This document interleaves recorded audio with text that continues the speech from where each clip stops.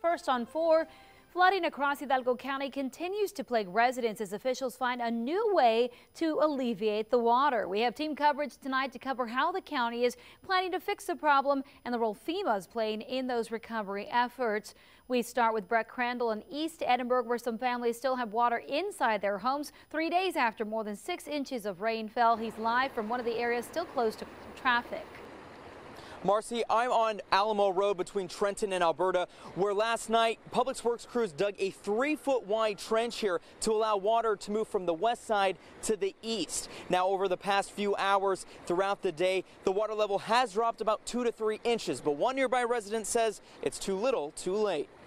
Now, what I want to know is who's going to come and pay for my house. Irma Montes is not happy. 3 inches of floodwater cover the floor of her bedroom. Her backyard pool is filled with sewage water, and millions of worms now swim in the foot of water surrounding her home.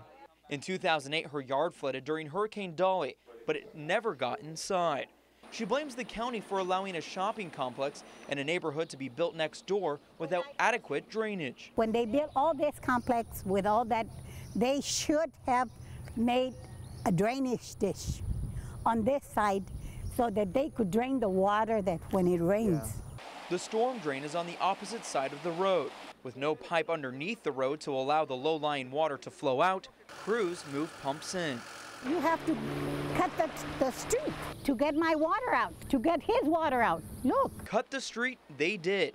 Once the county received permission from TxDOT to cut a trench across the state highway Sunday, the digging began, and the water began to quickly flow into the Trenton drain to the east. Pumping is it's good, but it's not as efficient as gravity flow. You move much more water when you use big pipes and drainage ditches to move the water out of the subdivisions. Crews continue to dig more trenches. We're trying to see if we can move some water west to another ditch system that is not as full to capacity to try to attack it both ways, east and west.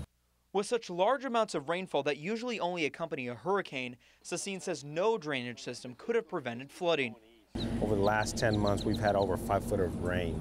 So when you add the saturation of the ground and then you add 10 inches on top of that, it's just a massive amount of water. There's no absorption, it's all runoff. So, and the water's going to seek its natural low level, and that's what it's done.